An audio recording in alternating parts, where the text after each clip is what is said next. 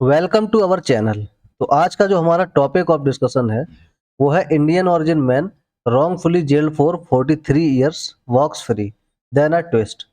मतलब Indian origin का मतलब जो इंडिया से मूल रूप से बिलोंग करता था एक इंसान, उसको गलती से जेल हो जाती है, ठीक है।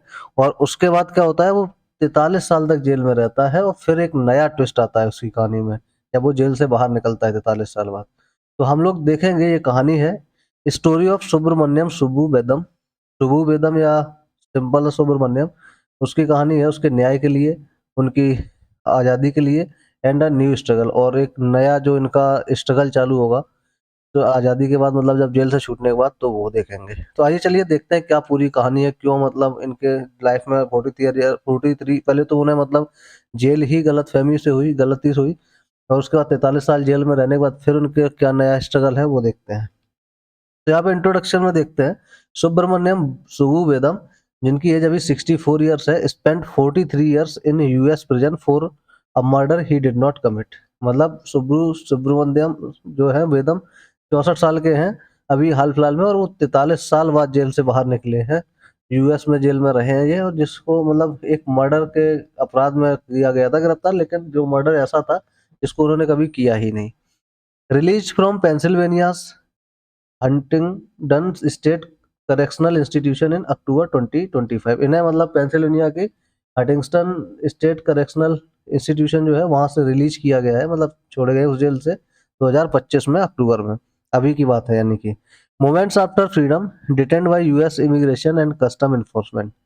मोमेंट्स आफ्टर फ्रीडम मतलब इन्हें मतलब जो बाहर की आज़ादी मिली है, जो कि किसने गिरफ्तार किया था इन्हें, US immigration and custom enforcement ने गिरफ्तार कर लिया। मतलब जैसे ही वो वहां से छूटे हैं फिर उसके बाद तुरंत इनको कहाँ गिरफ्तार कर लिया गया है, US immigration and custom enforcement वालों में। मतलब एक तरीके से हिरासत में ले लिया है। मतलब जिस जिस मर्डर की, जो उन्होंने मर्डर किया नहीं था, उस उसकी सजा काटी, फिर जैसे ही उस सजा से ये छूटे हैं बरी हुए, वैसे ही इन्हें क्या किया, जो अमेरिका का इमिग्रेशन और कस्टम इन्फोर्समेंट ऑफिस है, जो मतलब ये मतलब एक तरीके से लोगों के आने जाने का एक देश से दूसरे देश में जो पूरा देखते हैं, उसने क्या कर लिया, इनको हिरासत में ले लिया। His case has reignited debates on justice and immigration laws in US. इनका जो केस है उसने एक तरीके से फिर से बहस छेड़ दी है उनके किसी के लिए न्याय और जो इमिग्रेशन है, प्रवास है, मतलब एक जगह से दूसरी जगह, उसके कानूनों के तहत, मतलब जो यूएस में जिस तरीके के कानून है। बैकग्राउंड ऑफ द केस समझ लेते हैं कि क्या बात है इस केस की, किसके वजह से इन्हें 43 इयर्स जेल में रखा गया था। In 1980 Thomas Kinser 19 was found dead in Pennsylvania. मतलब 1980 के दशक में एक इंसान था जिसका नाम था थॉमस किन्सर, उसकी डेथ हो गई थी। 19 इयर्स का था वो, और वो मरा हुआ मिला था कहाँ पे, पेंसिल्वेनिया में। Vedam Kinser's former classmate was accused and convicted twice, 1983 and 1988। मतलब जो वेदम थे ये किन्सर्स के मतलब क्लासमेट रहे थे, साथी थे, साथ पढ़ने वाले, तो इनको ही ऊपर क्या लगाया गया, आरोप लगाया गया, दो बार लगाया गया ये आरोप, 1983 में और 1988 में। Sentenced to life imprisonment without parole, और इन्हें आजीवन कारावास की सजा हुई बिना किसी बेल के, पैरोल के। Vedam always maintained his innocence and refused plea bargains. वो हमेशा से मतलब अच्छे ही बने रहे और उन्होंने कोई भी मतलब बार्गेनिंग वगैरह नहीं करी, और उन्होंने उस सजा को क्या किया, काटा। The turning point, exoneration. और इनकी कहानी में ट्विस्ट कब आया, इन अगस्त 2025 अ जज ओवरटर्न्ड वेदम्स कन्विक्शन। जो एक जज आए उन्होंने कहा इसको मतलब कन्विक्शन को खत्म किया, जो इन्हें मतलब यहाँ पे एक बंदी बना के रखा गया है, खत्म किया। की रीजन क्या था कि उनकी कन्विक्शन को खत्म किया गया, prosecutor withheld and FBI Federal Bureau of Investigation, जो मतलब वहाँ की जांच एजेंसी है यूएस की, रिपोर्ट दैट चैलेंज्ड की एविडेंस। मतलब कि इनके जो सबूत है वो मतलब जस्टिफाई नहीं करते कि इस इंसान ने किसी का मर्डर किया है। जज ruled the hidden evidence could have changed the jury's decision. तो वही है, उन्होंने कहा कि मतलब जब वैसे डिसीजन है नहीं, कुछ ऐसे डिसीजन मतलब ऐसा कोई एविडेंस, ऐसा कोई गवाह नहीं है, ऐसा कोई साक्ष्य नहीं है जिससे उनके ऊपर क्या है, मतलब आरोप सिद्ध होता हो। तो बेसिकली क्या, all charges were dismissed by Centre County District Attorney Barney Kantorna. ये जगह, ये मतलब वो है तुम्हारा जो न्यायालय है, और उसने क्या किया, सारे चार्जेस उनके ऊपर फिर हटा दिए। Achievements behind the bar. अब ये जो जेल में रहे हैं 43 इयर्स, इसमें उनके अचीवमेंट्स क्या रहे हैं? बेदम used this time in prison for education and service. वहाँ पे मतलब ये जेल में रह के भी इन्होंने शिक्षा के लिए काम किया और लोगों की सेवा के लिए काम किया। Created literacy programmes for inmates, जो मतलब जो कैदी थे उस जेल में, इनमेट्स मतलब क्या होता है? कैदी। उन कैदियों को क्या किया इन्होंने? पढ़ाने का काम किया। Helped others earn there diploma, और बहुत सारे लोगों की वहाँ पे डिप्लोमा को मतलब पास करने के लिए भी हेल्प करी। Earned 3 degrees by correspondence and all magna cum laude. उन्होंने 3 डिग्री खुद ही अपनी कंप्लीट करी वहाँ से।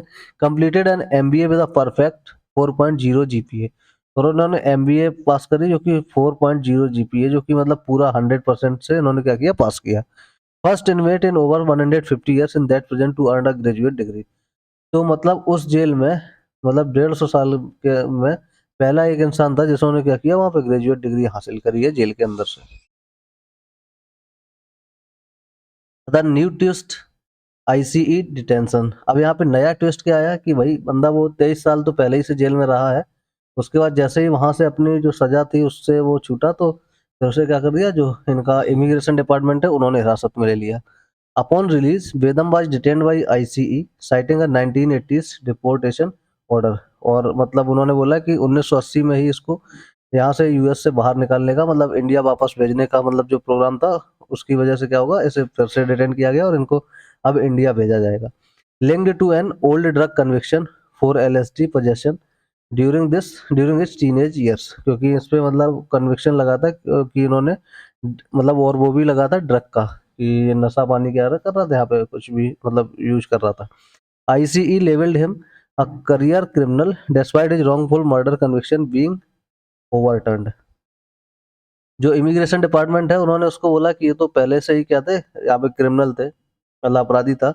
भले ही वो जो इसको कन्विक्शन हुई है, जेल हुई थी 43 साल की, वो क्या हुई थी? वो गलत हुई थी, बट वैसे भी इसका करियर जो था वो क्रिमिनल करियर ही था, क्योंकि ड्रग वगैरह ये करता था। The deportation order had been dormant during his life sentence. और इनका क्योंकि यहाँ पे जेल में थे, जो लाइफ सेंटेंस थी मतलब पूरा आजीवन कारावास था, तो इसकी वजह से नहीं उस टाइम पे वो हेल्ड पड़ा था। लेकिन अब जैसे ये निकले तो अब इनको क्या किया जाएगा? वापस इंडिया भेजा जाएगा।